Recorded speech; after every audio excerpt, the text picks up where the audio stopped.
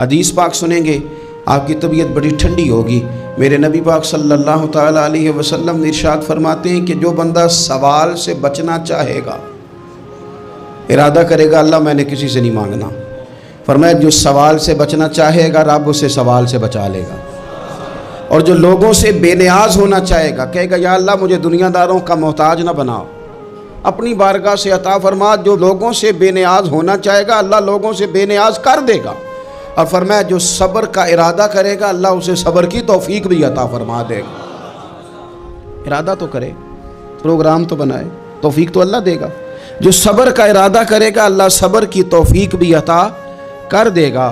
اور حضور صلی اللہ تعالیٰ علیہ وسلم فرمانے لگے یاد رکھو کسی بندے کو جو بہترین تحفہ دیا گیا ہے نا، اگر کسی کو کوئی بہترین عطیہ ملا ہے تو پھر اللہ تعالیٰ نے اسے صبر عطا فرمایا ہے۔ یہ بہترین تحفہ ہے، اس سے زندگی سنور جاتی ہے، اس سے انسان باوقار اور مطمئن ہو جاتا ہے، اس سے اس کے شب و روز آسانی سے بیتتے ہیں، وہ دنیا کی پگڈنڈیوں سے آسانی سے گزر کے اللہ کی بارگاہ عالی مرتبت میں سرخرو ہو کر حاضر ہو جاتا ہے۔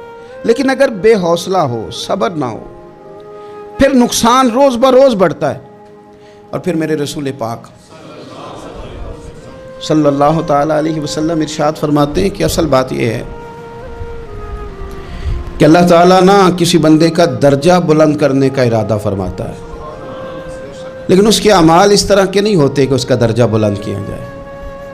اب رب کیا کرتا ہے، اللہ تعالیٰ اس کو مال کی، جان کی، اولاد کی کسی مشکل میں ڈال دیتا ہے، اس مصیبت پر وہ بندہ صبر کرتا ہے تو اللہ تعالیٰ اس کا درجہ بلند فرما دیتا ہے۔ اعمال اس قابل نہیں تھے کہ درجات بلند ہوں، وہ اعمال کی بنیاد پر نہیں کر سکتا تھا تو اللہ نے کسی مشکل میں ڈال کے نا اپنے فضل سے درجہ بلند کر دیا۔ اب جو راہ طریقت کا مسافر تھا، جو سلوک کی منازل طے کر رہا تھا، جو اللہ رسول کے قریب جانے چاہ رہا تھا، اس کے لیے کتنی آسانی ہو گئی کہ مجاہدہ تو زیادہ نہ کر سکا، کثرت سے نفلی صوم و صلات کا بندوبست تو نہ کر سکا، تھوڑا سا صبر کیا، رب نے اپنا اور اپنے محبوب کا قرب عطا فرما دیا۔ تو یہ تو آپ صبر کرنے کے لیے جب نکلے ہیں تو آپ نے تو رب رسول کو پا لیا ہے۔ یہ صبر تو وہ والا سفر ہے جس کی جو منزل ہے وہ اللہ رسول کا قرب ہے۔ تو ہم لوگ تھوڑی تھوڑی باتوں میں حوصلہ ہار جاتے ہیں، صبر چھوڑ جاتے ہیں، پریشانی بڑھ جاتی ہے، پتہ نہیں ایسے محسوس ہوتا ہے کہ جیسے یہی بندہ دنیا کا سب سے دکھی بندہ ہے۔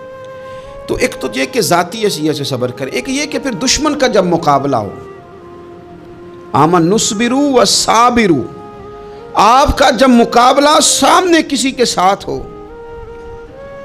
تو پھر تیر، تلواریں، اسلحہ، بندوقیں یہ نہیں زیادہ لڑتی، میدانوں میں حوصلے لڑتے ہیں، میدانوں میں صبر لڑتا ہے، میدانوں کے اندر توانائیاں لڑتی ہیں۔ میدان کربلا کے اندر کوئی مقابلہ نہیں تھا تیر کا تیر کے ساتھ، تلوار کا تلوار کے ساتھ کوئی مقابلہ نہیں تھا۔ میدان کربلا کے اندر ظلم کا صبر سے مقابلہ تھا۔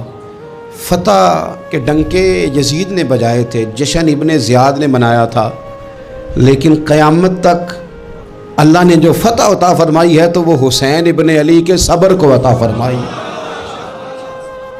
وہ سیدنا امام علی مقام کے صبر کو ملی۔ عزیز بھائی، صبر ہی ہمیشہ فاتح ہوتا ہے، صبر ہی جیتا کرتا ہے، صبر ہی کامیابیاں دیتا ہے، نتیجے صبر کے نکلتے ہیں، صبر کے، حوصلے کے نتیجے ہوتے ہیں۔ ہماری جلد بازی ہمیں شکست خوردہ کر دے گی، ہمارا حوصلہ نہ ہونا ہمیں ہرا دے گا، ہم کمزور پڑ جائیں گے اگر ہم بے حوصلہ ہو جائیں گے۔